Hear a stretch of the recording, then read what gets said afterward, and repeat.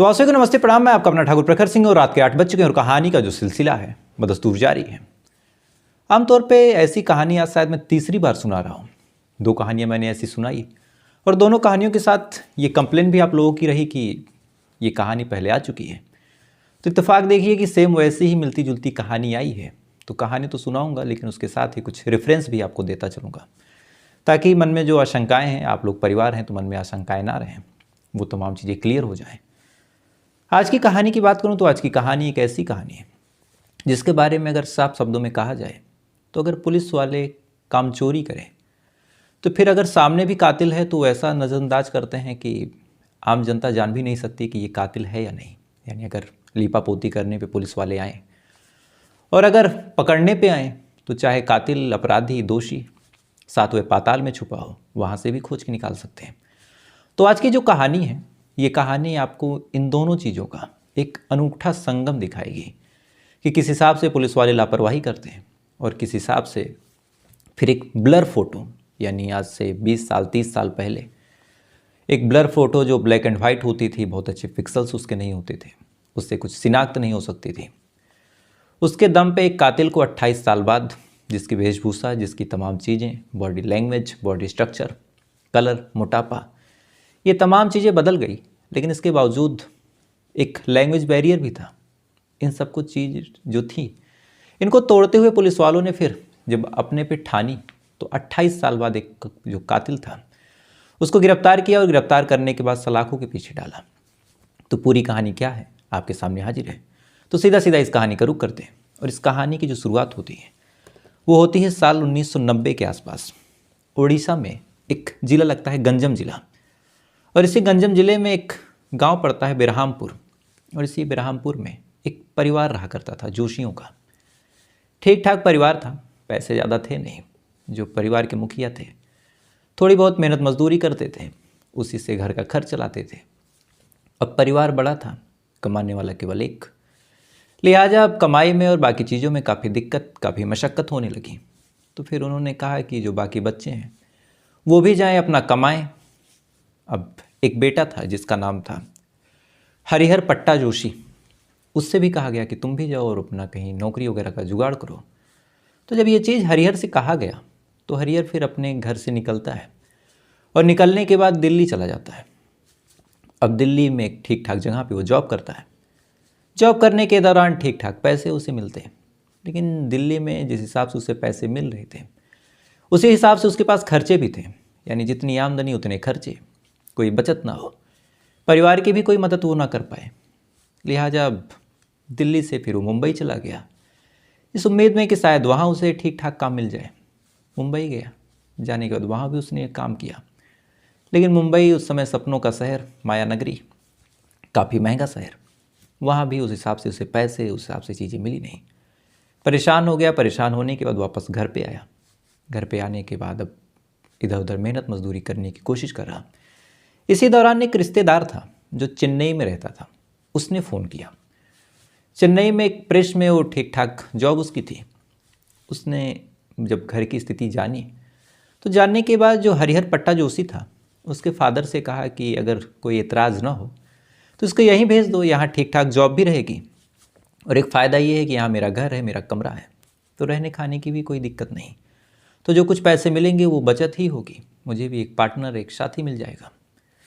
अब ये चीज़ जब हरिहर के फादर ने सुनी तो काफ़ी खुश हुए और फिर हरिहर पट्टा जोशी को साल 1993 में चेन्नई भेज दिया। अब चेन्नई में जाने के बाद जो हरिहर पट्टा जोशी है, एक कंपनी में, एक प्रेस में काम कर रहा, ठीक ठाक पगार मिल रही, उसी के दम पे अपनी ज़िंदगी गुजार रहा, बाकी चीज़ें ठीक ठाक चल रही। अब जब काम धंधा तमाम चीज़ें सही होने लगी तो फिर चेन्नई बेहद खूबसूरत शहर भी है, साफ़ सफाई वाला शहर है, तो अलग अलग जगहों पे इसने घूमने का फ़ैसला किया। कुछ हिंदू देवी देवताओं के तीर्थ स्थल भी वहाँ पे हैं, रामेश्वरम है। तो ये तमाम जगहों पे जाने के दौरान अलग अलग कंपनियाँ इसने देखी। तब तक थोड़ा सा कुछ महीनों में रम भी गया था, थोड़ी बहुत उसे तमिल भी आने लगी। तो फिर अलग अलग जगहों पे भी इसने नौकरी करने की सोची जहाँ ठीक ठाक सैलरी मिल जाए। चूँकि आया था प्रेस की नौकरी करने, लेकिन वहाँ पे उसे चांसेस ज़्यादा दिखे। तो ऐसे एक बार एक टेली मार्केटिंग कंपनी में जाता है। जाने के बाद वहाँ पता करता है। पता करने के दौरान वहाँ पे इसकी नौकरी भी लग जाती है। कुछ दिन ये जॉब करता है और जॉब करने के दौरान इसकी मुलाकात वहाँ की जो टेली मार्केटिंग एग्जीक्यूटिव थी जिनका नाम था इंदिरा, उनसे हो जाता है। अब इंदिरा से मुलाकात दोनों एक दूसरे से बातचीत करते हैं। एक दूसरे की बातचीत एक दूसरे को समझ में आती है। उसके बाद दोनों दोस्त बन जाते हैं। दोस्ती आगे बढ़ी, दोनों के बीच प्यार हो गया। अब जब प्यार हुआ तो प्यार होने के बाद दोनों ने आगे की भविष्य की भी तैयारी शुरू कर दी कि एक दूसरे के साथ रहना है, जीना मरना है, शादी करनी है। इधर कमाई भी दोनों की ठीक ठाक थी, तो कोई आपत्ति कोई दिक्कत भी नहीं थी। लिहाजा हम दोनों ने अपने अपने परिवार से बातचीत करने की सोची कि मुझे एक लड़का पसंद है, मुझे शादी करनी है। अब इधर जब हरिहर पट्टा जोशी ने अपने माँ बाप से बात की, अपने पेरेंट्स से बात की कि मुझे इंदिरा नाम की एक लड़की पसंद है, ठीक ठाक कमाती है, मुझे उससे शादी करनी है, तो हरिहर पट्टा जोशी के जो फादर थे, जो मदर थे, उन्होंने कोई एतराज़ किया नहीं। उन्होंने कहा कि ठीक है, आपको शादी करनी है आप कर लो, तुम्हारे मन की है तो तुम खुश रहोगे, हमें क्या।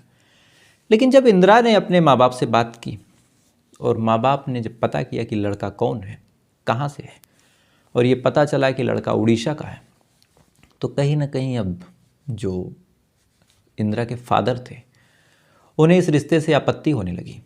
उन्होंने कहा कि एक ठीक ठाक लड़का यहीं चेन्नई तमिलनाडु में देख लो और यहीं पे शादी कर लो, तुम्हें बाहर कहीं नहीं जाना है, लैंग्वेज का बैरियर भी है, तुम कैसे सर्वाइव करोगी। लेकिन फादर मदर चाहे जितना समझाते, जो इंदिरा थी उनको ये चीज़ समझ में नहीं आई। वो काफ़ी सीरियस थी अपने प्यार को लेके। उन्होंने जिद कर ली कि नहीं, मुझे शादी करनी है तो पट्टा जोशी से ही करनी है। अब जब ये चीज़ हुई तो उन्होंने मना किया। मना करने के बाद अब तमाम चीज़ें आपस में कलह, जिरा, बहस परिवार में छिड़ी रही। माँ बाप अपनी जिद पे अड़े, बेटी अपनी जिद पे अड़ी। अंत में जब माँ बाप नहीं मानते तो अपने फादर और अपने मदर की मर्जी के खिलाफ जाके जो इंदिरा थी हरिहर पट्टा जोशी से लव मैरिज करती है और दोनों एक फ्लैट लेते हैं और फ्लैट लेने के बाद उसी में शिफ्ट हो जाते हैं। अब जब शादी हो गई, शादी होने के बाद दोनों खुश, ज़िंदगी का एक हसीन मुकाम दोनों ने हासिल किया। एक सपना था कि दोनों एक दूसरे के साथ रहें, वो भी पूरा हो गया। तमाम चीज़ें चलती रही। लेकिन जब कुछ साल गुजरे, कुछ महीने कायदे से गुजरे, तो महीने गुजरने के बाद इंदिरा को अब शायद अपने माँ बाप की जो बातें थी वो सही लगने लगी। क्योंकि माँ बाप कहते थे कि लड़का सही नहीं है, तुम खुश नहीं रहोगे। इंदिरा को लगता था कि जो पट्टा जोशी है काफ़ी प्यार करता है। लेकिन जब वक्त गुजरा और असली जो नेचर है साथ में रहना पड़ा, जब ये तमाम चीज़ें सामने आई, तो कहीं ना कहीं अब जो पट्टा जोशी का कैरेक्टर था, जो हरकतें थी, वो तमाम चीज़ें अब इंदिरा को पसंद नहीं आती। अब आए दिन इन दोनों के बीच तकरार होने लगी। तकरार आगे बढ़ी। एक दो बार हरिहर पट्टा जोशी ने इंदिरा के ऊपर हाथ भी उठाया। अब वो इंडिपेंडेंट वुमेन इस तरह की डोमेस्टिक वायलेंस के खिलाफ थी, बर्दाश्त कर नहीं पाई और अंत में हरिहर पट्टा जोशी का जो मकान है, जो फ्लैट है, उसे खाली करती है और खाली करने के बाद अपने घर पे आती है, माँ बाप से माफ़ी मांगती है।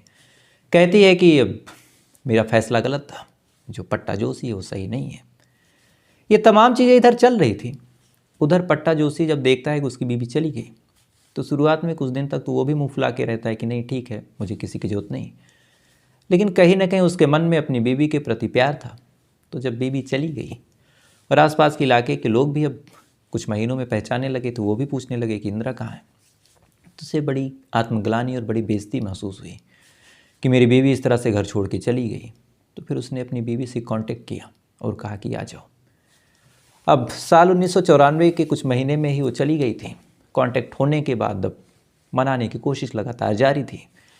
इधर जो बीवी है वो मान नहीं रही, दोनों जिद पे अड़े हैं। माँ बाप इधर कह रहे हैं कि नहीं जाना है, इधर पट्टा जोशी पूरी कोशिश कर रहा, पूरी मिन्नतें कर रहा कि आ जाओ।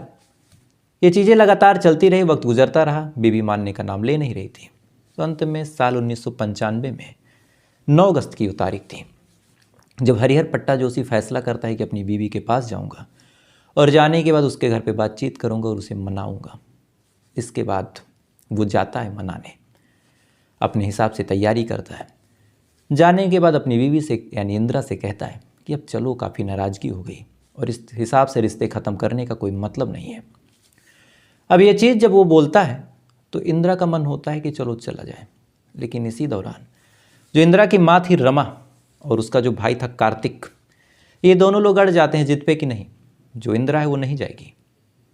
अब ये जिद पे जब अड़ा तो थोड़ी सी नाराज़गी हुई। इसी बीच अब बहस छिड़ी पड़ी है दोनों तरफ से। एक पक्ष कह रहा कि जाना है, दूसरा पक्ष कह रहा कि नहीं जाना है।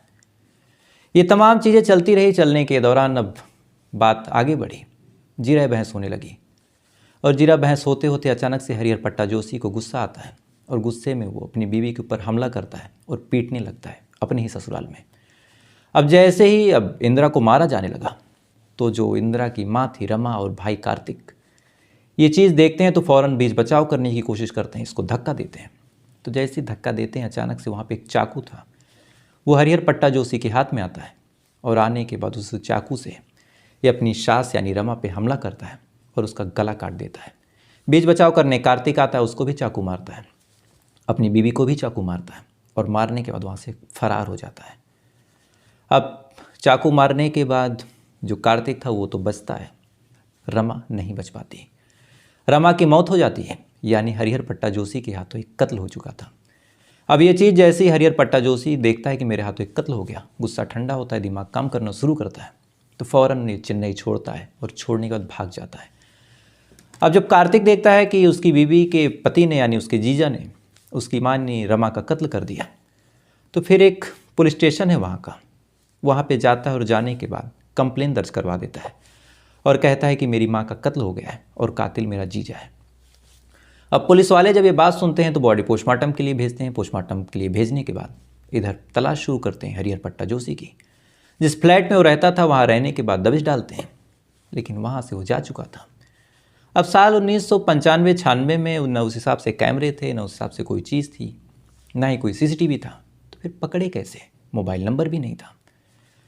अब एक शक्ल भी नहीं है एक इंसान की, शक्ल देखने वाली कोई रमा थी और कार्तिक था, इंदिरा थी, कोई दस्तावेज नहीं, कोई आधार कार्ड नहीं, तो खोजें कैसे? बहरहाल पुलिस वाले जब कोई सबूत नहीं पाते, इधर हरिहर पट्टा जोशी का कुछ पता नहीं चल रहा था, तो फिर पुलिस वालों ने सोचा कि काम करते हैं, इस कमरे को ही बाकायदा तलाश लेते हैं, क्या पता कोई ऐसा एड्रेस प्रूफ मिल जाए, कोई डॉक्यूमेंट मिल जाए जिससे बात बन जाए। अब पुलिस वाले तलाश करते रहे, पूरे कमरे को बाकायदा चेक किया, फॉरेंसिक की भी टीम आई कि कुछ मिल जाए। तो जब उस पूरे कमरे को चेक किया गया तो इत्तेफाक से एक पासपोर्ट साइज फ़ोटो, वो भी ब्लैक एंड वाइट, वो भी बुरी तरह जिसके पिक्सल फटे थे, एक ऐसी फ़ोटो मिलती है।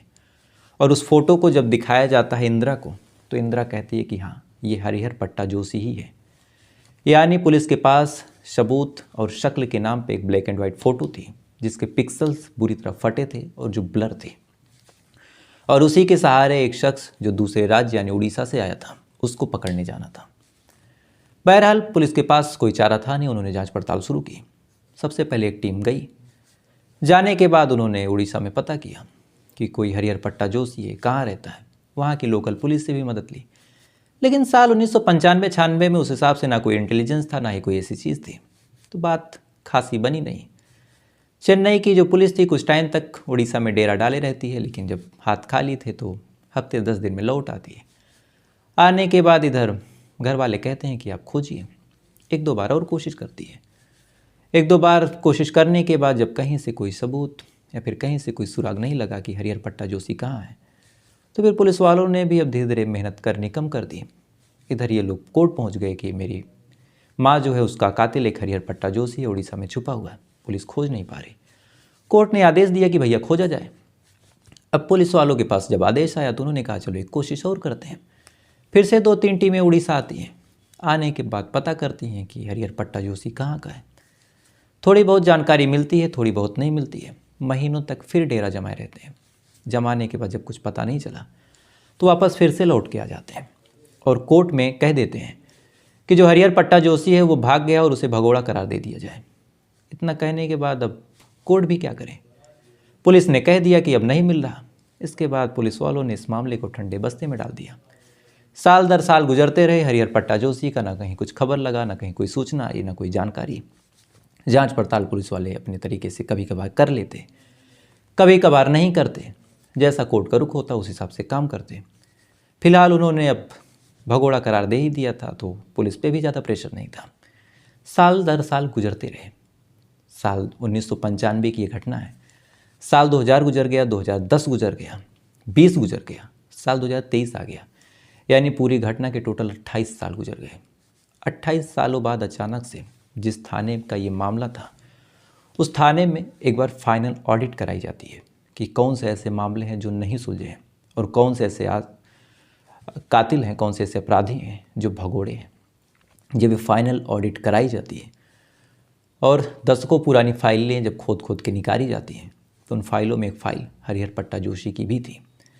अब हरिहर पट्टा जोशी की जब फाइल मिलती है, मिलने के बाद कोर्ट में वो फाइल फिर से जाती है, तो वहाँ के जो एसपी साहब थे, उन्होंने कहा कि अब तक चीज़ें ठीक थी, लेकिन एक बार फिर से कोशिश की जाए और एक बार फिर से पता किया जाए कि कहाँ है ये। अब 28 साल गुजर गए, सबूत के नाम पे, प्रूफ के नाम पे सिर्फ एक तस्वीर, वो है ब्लैक एंड वाइट। 28 साल बाद जो शख्स कभी 30-35 का रहा होगा, वो आज 70-75 का हुआ होगा। एक आदमी जिसकी शक्ल, जिसका हुलिया बदल गया, उसको एक ब्लैक एंड वाइट फ़ोटो से आज के टाइम में खोजना था। वो जिंदा है या मर गया ये भी नहीं पता, लेकिन ऊपर से आदेश हुआ, इसी दिसंबर महीने में चेन्नई की जो पुलिस है वापस से उड़ीसा आती है। आने के बाद उड़ीसा की लोकल पुलिस से मदद मांगती है। मदद मांगने के बाद लोकल पुलिस मदद करती है और उसी ब्लैक एंड वाइट फ़ोटो को आसपास के इलाकों में दिखाया जाता है और साथ ही पता किया जाता है कि कोई हरिहर पट्टा जोशी है और उसका रिकॉर्ड है क्या। तो इत्तेफाक देखिए कि एक चीज़ अच्छी हुई थी कि आधार कार्ड बन गए थे, और जब रिकॉर्ड्स को खंगाला गया तो फिर फाइनली हरिहर पट्टा जोशी की एक लोकेशन मिलती है और एक घर का पता मिलता है। 28 साल बाद चेन्नई की जो पुलिस है, चूँकि उड़ीसा में जो उड़िया बोली जाती है वो चेन्नई की पुलिस को नहीं आती, और आज भी लोकल पुलिस के लिए, छोटे छोटे जो अधिकारी हैं उनके लिए भी इंग्लिश एक टफ चैलेंज है। फिर भी जो लोकल पुलिस थी वो आती है। आने के बाद 28 साल बाद गंजम जिले के उस बेरहामपुर गांव में जाती है, और जाने के बाद हरिहर पट्टा जोशी के सामने जब खड़ी होती है तो उनके सामने एक लगभग बूढ़ा शख्स था। उसके बाद उनसे कहा जाता है कि आपको गिरफ्तार किया जाता है, यू आर अंडर अरेस्ट। तो हरिहर पट्टा जोशी पहले तो समझ नहीं पाता कि किस जुर्म में और किस वजह से। तो फिर इसे याद कराया जाता है कि हरिहर पट्टा जोशी, तुमने 28 साल पहले 9 अगस्त साल 1995 में कत्ल किया था, उसी के इल्ज़ाम में। अब इसे जब गिरफ्तार किया गया और जब पता किया गया तो हैरानी की बात देखिए कि वहाँ पे ये तमाम चीज़ें क़यामत ढाने के बाद ये जब उड़ीसा आया, तो आने के बाद यहाँ पे इसने इत्मीनान से शादी की, और शादी करने के बाद इसके अब आधा औलाद भी हैं और अपने बीवी बच्चों में बड़े आराम से खुश हैं। तो अब सोच के देखिए और एक अजीब सा लूपहोल देखिए इस कहानी में कि अब भी इसको गिरफ्तार किया गया है, चूँकि एक नामजद FIR था, ये कातिल है, अभी तक ये प्रूफ भी नहीं हुआ। अब इसके ऊपर ट्रायल चलेगा। अब ट्रायल चलने के बाद बहुत संभावना है कि इसको पहले जमानत मिल जाएगी, चूँकि जमानत की हकदार है। उसके बाद ये अपने केस को फेस करता रहेगा, कभी कभार चेन्नई जाएगा, और शायद जब 80 साल का होगा तब केस का फैसला आएगा। तो जैसा मैंने शुरू में कहा कि अगर पुलिस खोजना चाहे तो तब भी चांसेस थे। भले ही आधार कार्ड नहीं था, राशन कार्ड था, तमाम डॉक्यूमेंट्स थे, लेकिन तब कोशिश नहीं की। और जब कोशिश करने का वक्त आया और जब मजबूरी बनी कि आज कोशिश करनी ही पड़ेगी, तो एक ब्लर फोटो लेके आए और तमाम लैंग्वेज बैरियर को चीरते हुए एक अपराधी को 28 साल बाद खोज के निकाला। और इस कहानी को आप चाहें तो गूगल पे भी सर्च कर सकते हैं, और सर्च करने का जो तरीका है थोड़ा सा आज आपको बता दे रहा हूँ, नहीं तो ऐसे करेंगे तो नहीं मिलेगा। आप लिखिए हरिहर पट्टा जोशी मर्डर केस, तो ये लिखेंगे तो शायद आपको डिटेल्स मिल जाएंगी। तो फिलहाल ये थी पूरी कहानी। उम्मीद है कहानी आपको पसंद आई होगी, और अब आपसे कल फिर मुलाकात हुई किसी दूसरी कहानी के साथ। तब तक अच्छे रहिएगा, खुश रहिएगा, अपना ख्याल रखिएगा, अपने देश का ख्याल रखिएगा। जय हिंद, वंदे।